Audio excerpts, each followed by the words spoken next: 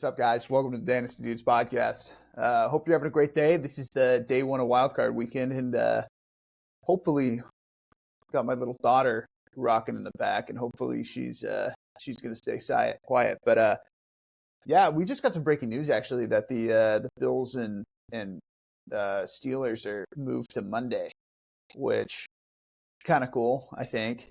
I bet the Steelers thinking that Najee was just going to go off in a blizzard, but that's too bad. Now I think the Bills are just going to slaughter him. So that's cool. But other than that, dude, that's not what we're here to talk about. We're here to talk about two of our favorite guys who have had a couple of, I would say, difficult years is probably a fair thing to say. Is that would you maybe agree with that, Rob? Yeah, I mean, I wouldn't call. I don't know. I was looking. I think Jalen Hurts finishes the fantasy QB2, but it felt like an underwhelming year for sure. Yeah. Yeah. Obviously it hurts. And the other guy, of course, we're talking about is Trevor Lawrence. But Yep. Jalen Hurts does have a chance to flip the script.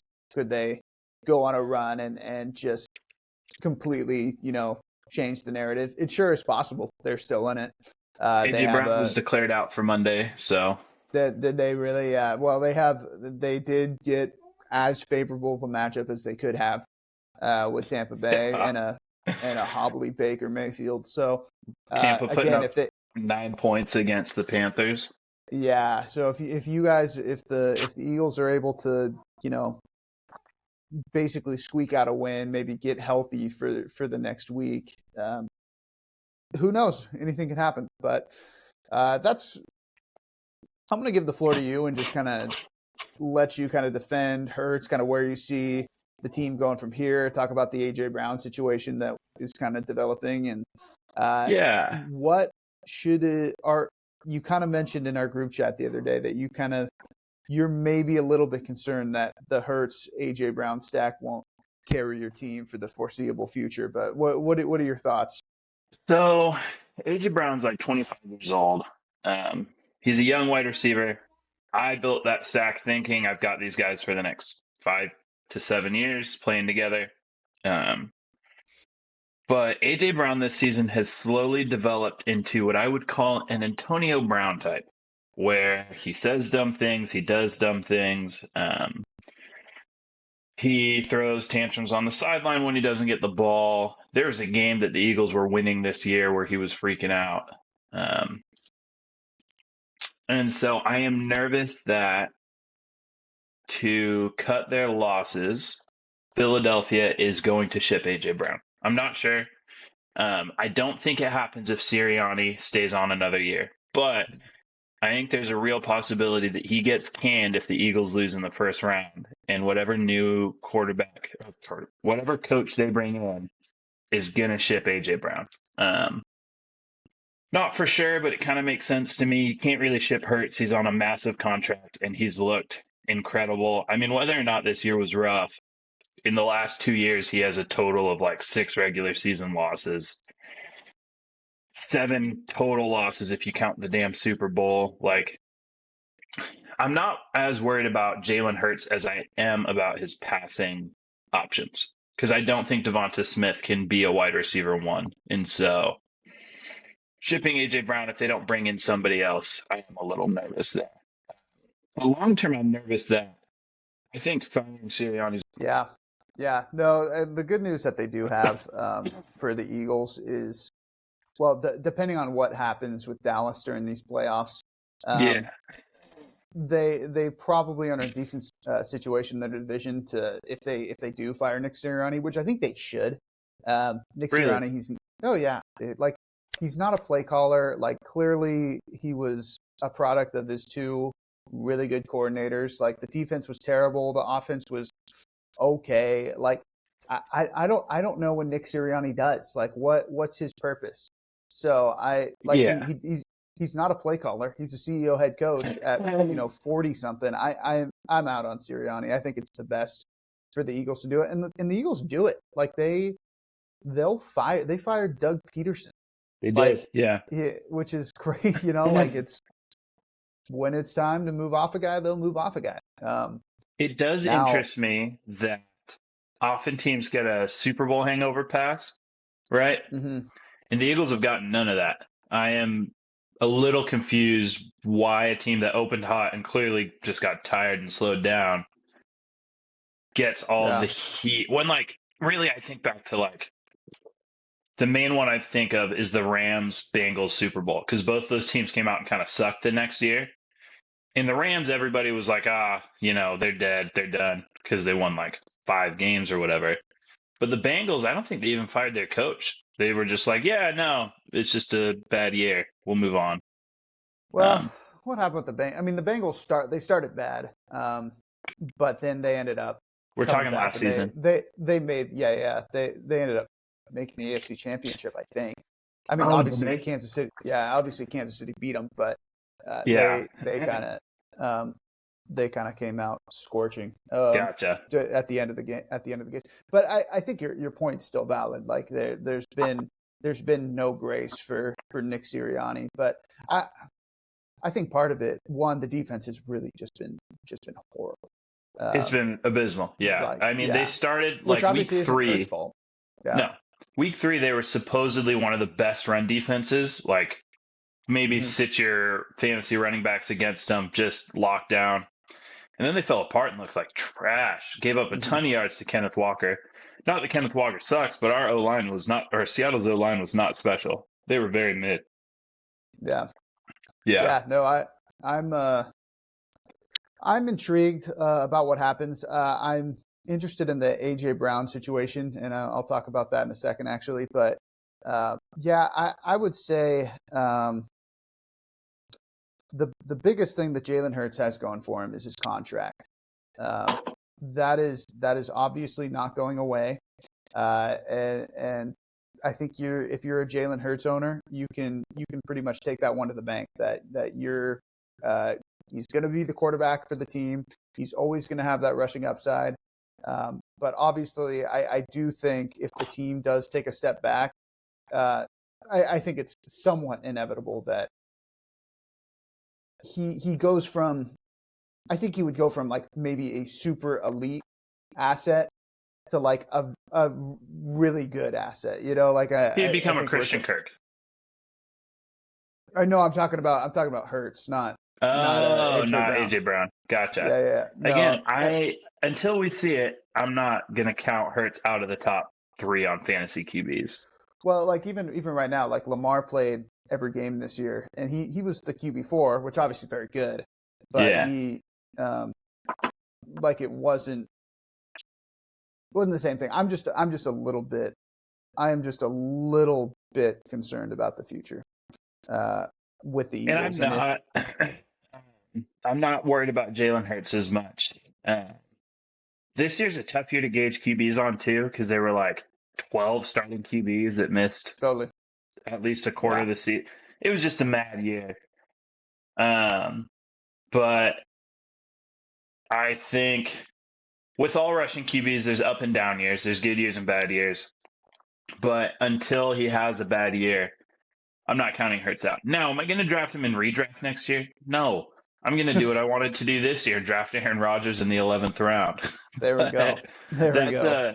That's a separate conversation. I do not believe in taking QBs early for redraft. But for dynasty purposes, I'm very comfortable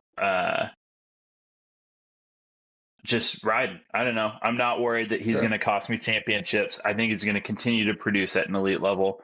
Because the guy does love winning above all else, right? Like he wants to win. That's all he wants to do. And I think that next year they pull the safety guards off and he runs the ball more. I think that was the biggest holdback in the Eagles game this year. He was not rushing much. Like I'm not even talking design runs. I'm talking play breaks down. And instead of running the ball, he would heave it downfield for an interception. And so, yeah. Yeah, well, it's gonna be interesting to see it. I think we'll have more answers after this Tampa game on Monday That will, to know if Nick Sirianni's even the head coach. I'm kind of hoping the Eagles roll out there and just put up like 40 points. It would be good for this discussion, but maybe not good long term. Like if you think Nick Sirianni's not the answer, like at some point you want. It's kind of like the Brandon Staley argument that at some point you just want him fired. Like Yeah, and I mean, I don't know. Yeah, I get what you're saying. I'm not in on it. He lost both cool. of his head coaches under him. Like, I don't know. I'm Coordinators, happy. yeah. Yeah, thank you. I'm happy with how this season turned out. I'm not stoked about how it ended, but we'll see. Yeah, no, totally cool with that.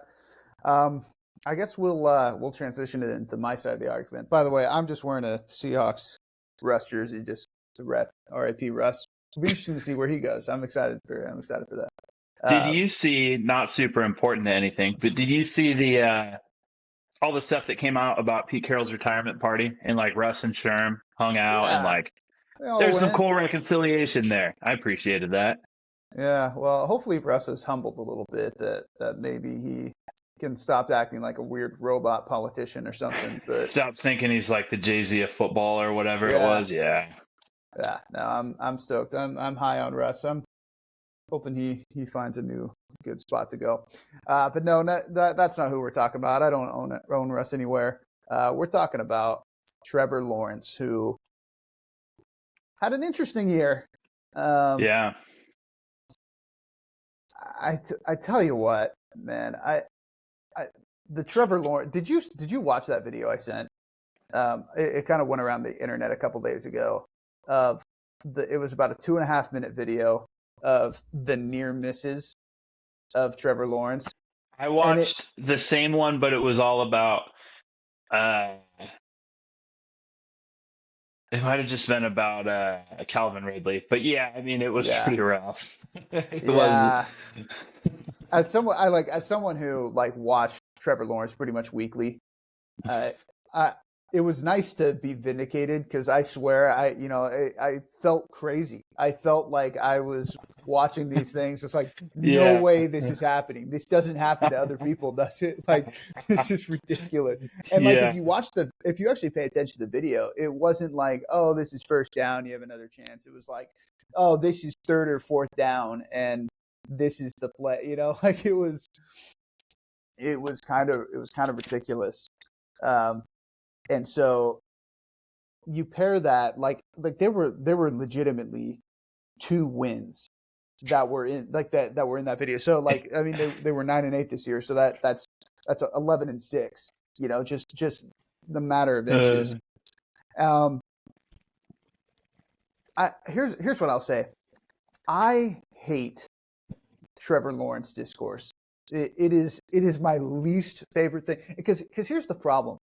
No one actually cares about the Jaguars. They just want Trevor Lawrence to be like, the second coming of Christ. That's all they want, this prince that was promised. And fair enough, I love the nickname. But the discourse is just so bizarre. Even so Trevor Lawrence has a playoff win in his career. That's not Justin Herbert does not have a playoff win. Trevor Lawrence has a playoff win.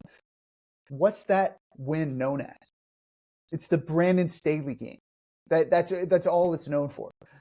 And so it's like, oh man, Brandon Staley blew a 27-point lead, yada yada yada. It's like I literally never hear anyone give Trevor Lawrence any credit for that. Like he balled out. I don't think no one ever. And then the next week, again, something like literally no one talks about. Dude, his team, he outplayed Patrick Mahomes in the divisional round. Jamal Agnew fumbled and Christian Kirk dropped the ball. It was the most unbelievable thing. And it's like he went up to Arrowhead and did that. And again, no one gives him any credit for it. And then this year, like I mentioned, you have this video where you have all these, and they're not like wide open. A couple of them are like wide open and what the hell, but a lot of them are just like, dude, that is a ridiculously insane throw, and it should be caught. And it's like, gosh dang, and not to harp on one guy, but man, why does Justin Herbert get every excuse? Like, is it because he had just like a ridiculously good rookie year and like he just and Brandon and everyone agreed that his head coach was really bad, so it's like, oh, Justin Herbert is really great, even though he has 0 playoff wins and has really elite weapons like around him when healthy in terms of like Keenan Allen, Mike That Williams, and when Austin. healthy is a big asterisk. Well, Keenan Allen was healthy this year, and but even so, Most of. Trevor Lawrence, he hurt his knee, he hurt his ankle, Is his knee, yeah. And then, like, those two things, it was like, okay, he's not going to be as mobile. And then, like, in the Tampa game, which was the third to last game of the year, he hurt his right shoulder. It's like, when you hurt your right shoulder, it's over, dude. Like that. He also fumbled twice. Yeah, the fumbles are another thing. But, like, in terms of like, he hurt his shoulder. Dude, you can't play quarterback when you hurt your right shoulder. Remember Baker tried to do that back in 2020? It was like. It was no good. Yeah. It's like, bro, it's a shoulder, bro. You cannot play quarterback with your right shoulder hurt, which he was trying to play through that in this last game, and it just didn't work. And again, like, he was an inch away. He literally reached the ball over to the goal line, and it was like that close. It was like close. It was anyway, and that was on 4th down. So all that to be said, the Trevor Lawrence discourse this summer, like this offseason, is going to jump the shark. And I am telling you, like, Trevor Lawrence is really good. Like, as someone who watched him, actually, like, he played very well this year when he was healthy. And again, not to keep comparing him to Justin Herbert. Justin Herbert in 2022, so last season, he the first half of the season, he got hurt in the second game of the year against Kansas City, and he was bad for a few weeks. Like, basically half the year, Justin Herbert was bad. Now he healed up and got back on track. But again, like, Justin Herbert just gets all this grace. Like, dude, we're so sorry. You're a victim of everything. Like, okay, man. Like, but no, Trevor is just, why isn't he better? He was the prince that was promised, and why aren't the Jaguars the best team in the NFL? Because his wide receivers are like mediocre at best. Like that, his O-line, his interior offensive line creates the worst run game, like a bottom 5 run game in the NFL. Like, I get it. He fumbles. Sorry. Like, I get it. But Herbert missed 4.5 games and ended the season on IR, by the way. Huh? Herbert, he missed 4.5 games this year and ended the season on IR. And I believe he was hurt early in the year as well. I think he broke his finger and played through it. Yeah, I don't know if that contradicts anything I said, but like, it was. I was talking about 2022 when I was talking about Herbert's injury, where he was playing through some stuff, and he was. Yeah, and I'm saying he was hurt again this year. Yeah, I know. Cool. And again, he just wasn't.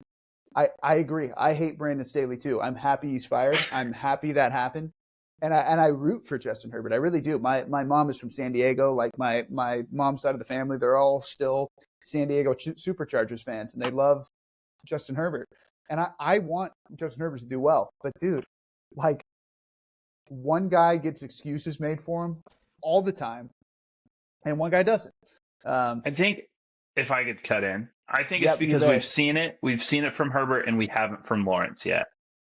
Seen what? Just losing playoff games? Like, I don't. So, like, let me look. Herbert's rookie season.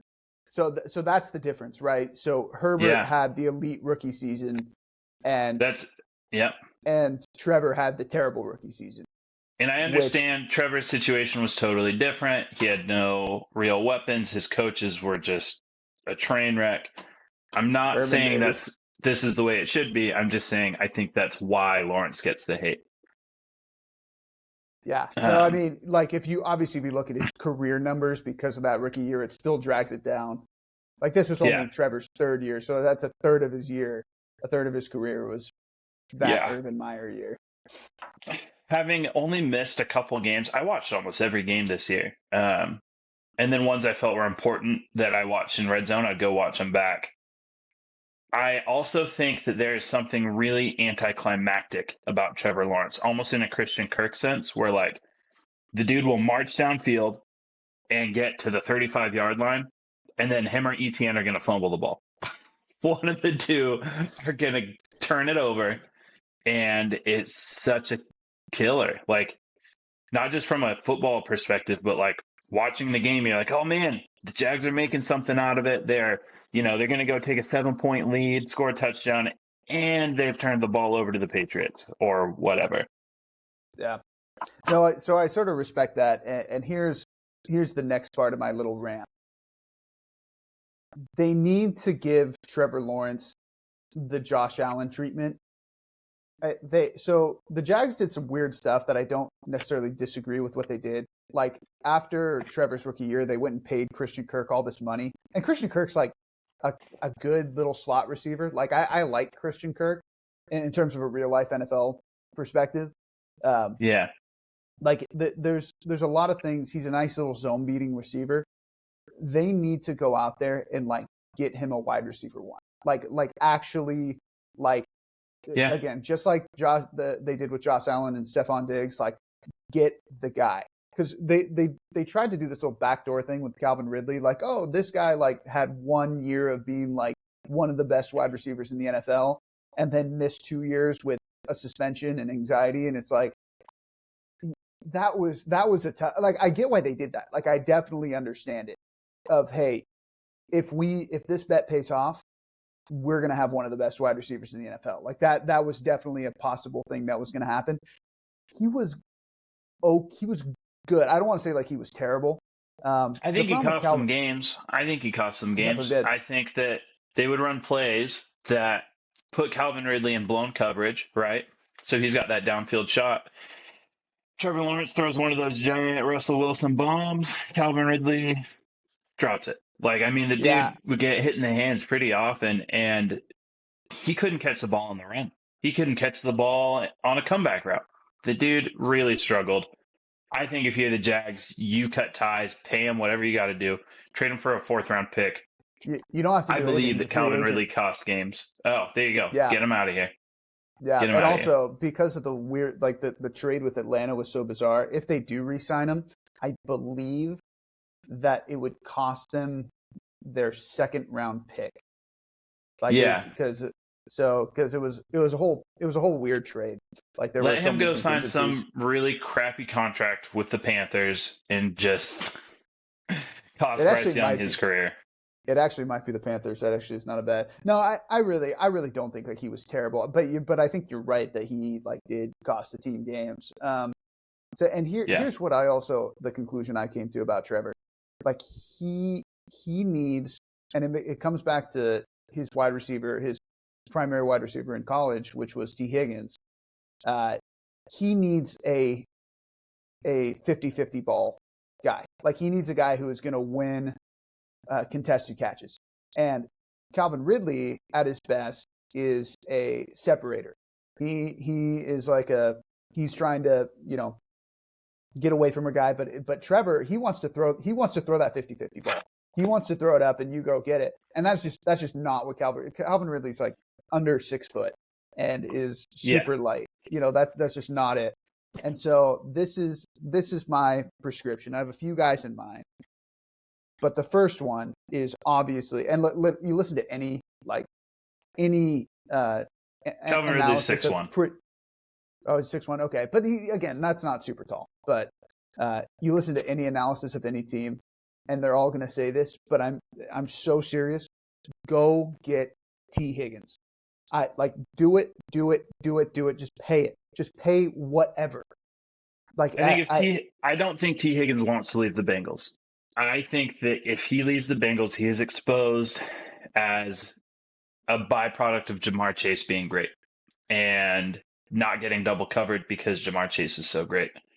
Well, so this is separate from what we're talking about, but I do not stand on the T. Higgins is elite ground. I don't. I think that he is an incredible wide receiver too. And if you put him in a wide receiver 1 situation, Meh. Well, so the issue, whether or not that's accurate, the issue with T Higgins is they're pretty much like not like the Bengals are not going to extend him.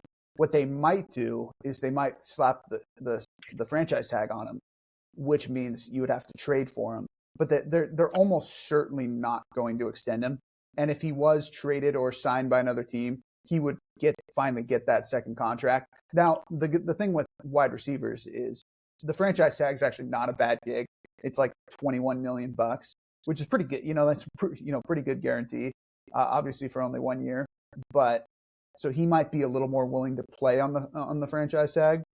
But if I'm T Higgins, man, I like if he either becomes a free agent or available in a trade, get him. Now, you got to remember, T Higgins is Trevor Lawrence college.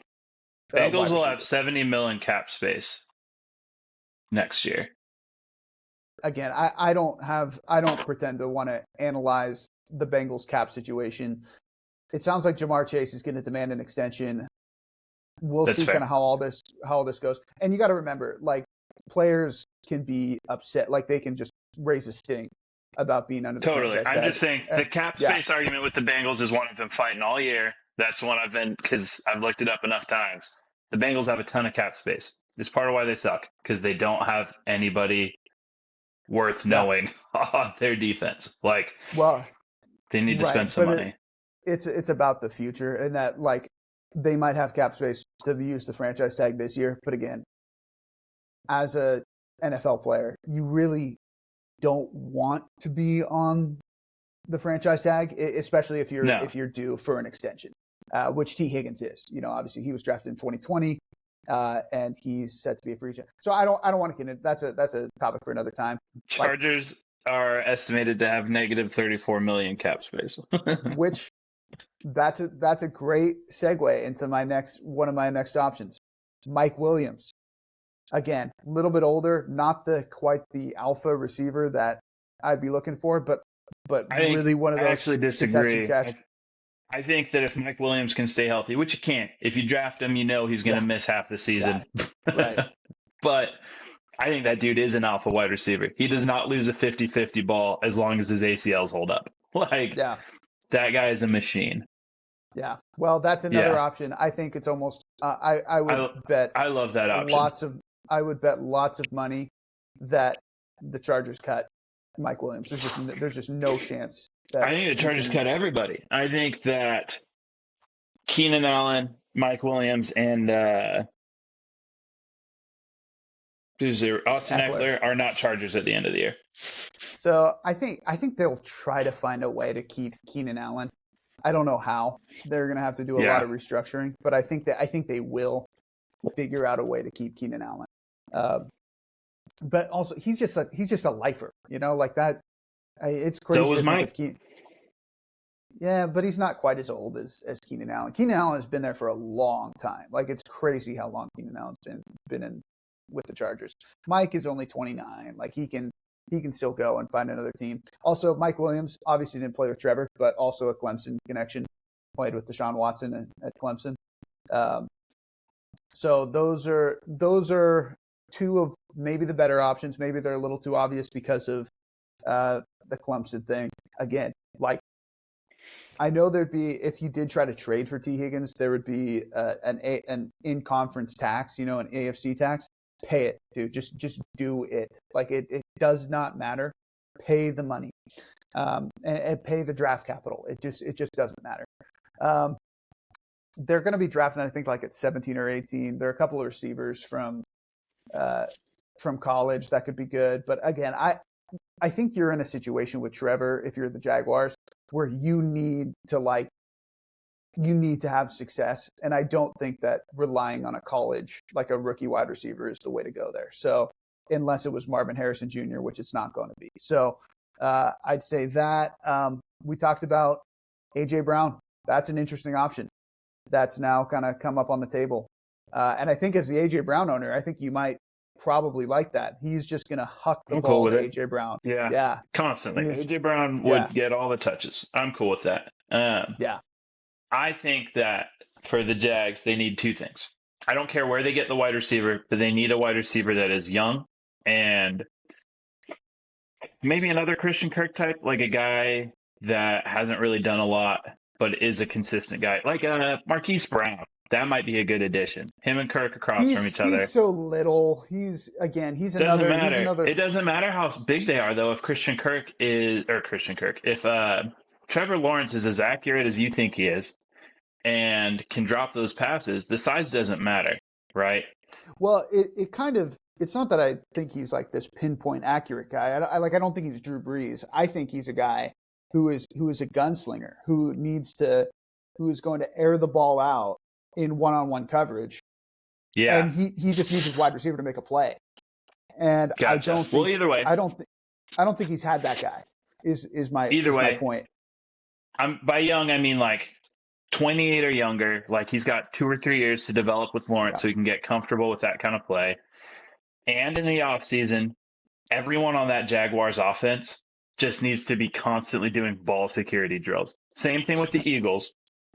But like both these teams have suffered from the fumble. Game-winning drives given up on a stupid fumble where you spin out from a guy and the next guy trying to tackle you accidentally punches out the ball, or you just drop the ball because you're an idiot, whatever.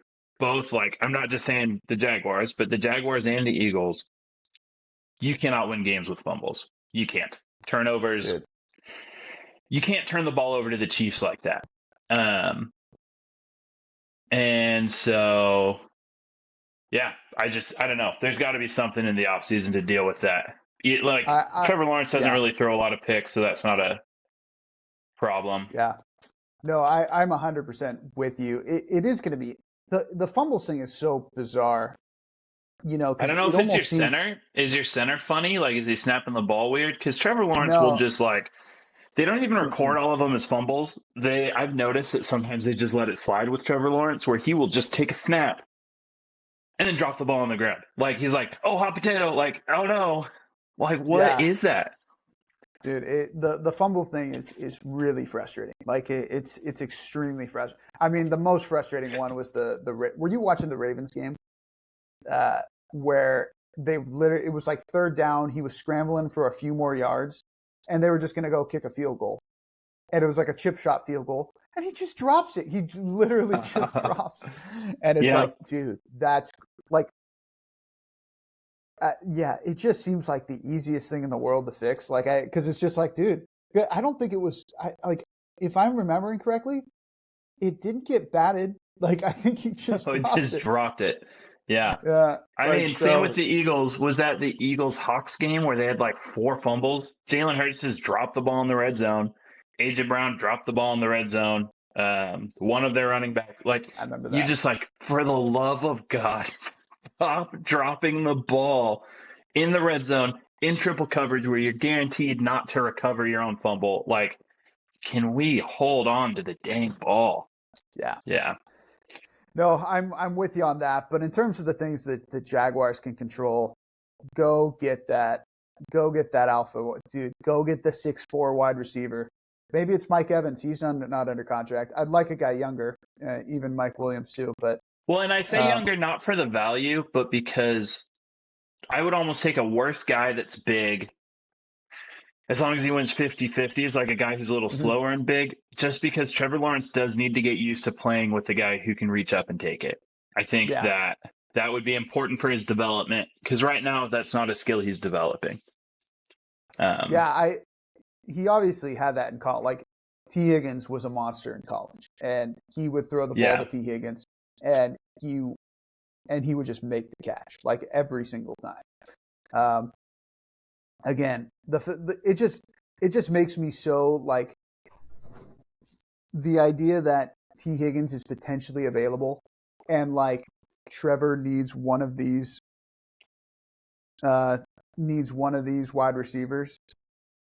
It just makes me like I just need that, you know, like that's what I need. So yeah. So I had a question, unless you've got more to say on the Trevor Lawrence topic. I don't think I do. Okay. So I was thinking about this the other day, and I wanted to hear your thoughts. Which QB would you rather own right now? Brock Purdy, Trevor Lawrence, Justin Herbert. Brock Purdy's the bottom of that, like by a lot. Okay. Obviously, I'm biased. Most people are going to say, Herbert is first on that list, which fair enough. It'll be interesting to see I think it's important to know what the Chargers do with the head coaching situation. So that I would say, me as someone who loves Trevor Lawrence, I would say it's very close between Trevor Lawrence and Justin Herbert, and kind of take your pick based on what you kind of desire. Something that people, in terms of a dynasty perspective, dude, like Keenan Allen's going to be 33, maybe 34. Like, dude, that's a problem. Like, so what order did those QBs finish in? Justin Herbert missed time, so he was the bottom. Yeah. So last offseason, I was banging the drums of war that Jared Goff, at some point, we have to respect his game, right? Mm-hmm. At some point, we have to look at the guy and be like, okay, you aren't a fantasy football fluke. And he went from the QB 10 to the QB 7. I don't like Brock Purdy. He is boring, and it feels like you could put you out there, right? And with that dang San Fran offense, you would do what Brock Purdy does. But at what point do we look at Brock Purdy and have to accept the idea that he is a top 10 fantasy QB? Like, fantasy, like in redraft, sure. But no, I'm talking dynasty long term. You think they're going to move on from him? He's not throwing picks. He's not fumbling the ball. All of the issues we just talked about with the QBs that we love, he doesn't have any of them. Like, sure, he's limited. He's not a scrambler. But, like, yeah. I don't know. I'm just interested. I'm not about to go trade for Brock Purdy. One, because I'm pretty sure that Chance is going to hold him with an iron fist. But I don't know. Yeah, I just cannot imagine. Like, dude, I don't think we appreciate how good Christian McCaffrey and Deebo Samuel and George Kittle and Brandon Ayuk are. Like, they're just, and Trent Williams, their left tackle. Like, yeah, totally. It's just like unbelievable, especially Christian McCaffrey. Like, it's kind of unbelievable how good he is. Like, and so when I look at Brock, dude, when you have a guy who doesn't have the traits and has just been playing at this extremely high level and has these weapons around him, I can't buy him. Like, I like him, like, enough, I think he's a good play. Like, if you have him, what'll it take for you to believe? So let's say next year he finishes top 10 again. At what point do you go, okay, I accept that you are good? Because we had the same conversation about Jared Goff. You did not believe in Jared Goff last offseason. And I don't know why you wouldn't believe in Jared Goff at this point. Well, in terms of believe in Jared, like, I'm not even sure what believing in Jared Goff looks like. Like, he's fantasy-wise, you did not like his fantasy value. You thought that he was going to regress. I believe what you said was because of negative game script, he had to air the ball out a lot, creating fantasy points that he wouldn't have gotten. This year, there are a lot of positive game scripts. Right now, keep trade cut, I think Jared Goff's like the QB 14 or something. And that's about where I'd put him. Like, that seems about accurate. What 13 guys would you rather own? Let's see how old Jared Goff is. Maybe I'm tripping. He's 29. 29? Okay. Like, I mean, obviously the usual suspects. Like, I could rattle off names right now. Josh Allen, Jalen Hurts, Dak Prescott, Lamar, sure. Trevor, let's see, Lamar, Kyler Murray. Nope. Oh, maybe. What? I said maybe on Kyler. Oh, dude. Yeah. I 100% would rather own Kyler Murray. I know you said no on Trevor. I've 100% taken him over Trevor. That's ridiculous. Like, Trevor hasn't done it. Literally, I don't get what in Trevor's game you're like, that guy is more proven. He's more consistent. His team's better built. Like, Jordan Love. Jordan Love, I can respect. Let's see. I'm just saying, the whole point I'm trying to get at is there are QBs in fantasy football that for some reason we look at them and we go, nope, your production isn't it. We don't want to own you. Your value's too low. And I think that I'm saying this year, Brock Purdy's my guy of, you could probably draft him as the QB 20 off the dang board in redraft. And I think he's going to finish top 10 again. I think that Brock Purdy's it. I think he's for real. I don't think he's special, but I think that he's too damn consistent not to trust him. Yeah. Here's the only thing I'll say about Brock Purdy. You asked me like what it would take. It would take him making more than $900,000. Like that is such a like to be a competent quarterback and make that much money. And he's above a competent quarterback, by the way. He's like he's only not getting paid because he's a victim of draft capital. Well, I'm not saying victim. What I'm saying is because his contract is so cheap and the team around him is so good. Like Patrick Mahomes is making $50 million. You know, like and look at the team Patrick around him. Mahomes is in like his 7th year of the league. That's a dumb comparison. 7th year in the league. First year as the starter. It's about the fact that the team around him is so good. And like probably better than anyone. And one of the reasons the team around him is so good is because he's making no money. And, I get you. And so you're saying they have to pay him for you to believe, which I get. But when they pay him, okay, so let's say they cut Kittle's contract or Devo's contract or Ayuk's contract or CMC's. Cutting CMC's would be the dumbest one. Great. The other 3 are still there. that offense loses one guy. Well, at this point, they only have to. CMC is 27. Totally had a fall off this year. If that's the argument you're about to go, that is well. goofy. I mean, it's just like by the time it's time to pay Brock Purdy, CMC is he's going to be 28, 29. Yeah. By the time Devo will be almost 30, the one guy who's going to be in his prime is Ayuk. It's like my kid's kind of crying. Oh, you're good. Yeah. But so maybe it's time to wrap it up real quick. But guys, it's been fun to talk about this and get back into Brock it. Purdy buying cheap. That's all I'm saying. Go get him. I get it, man. I get it. You guys have an awesome day. Enjoy the day of football. Peace. We're right back there, dude.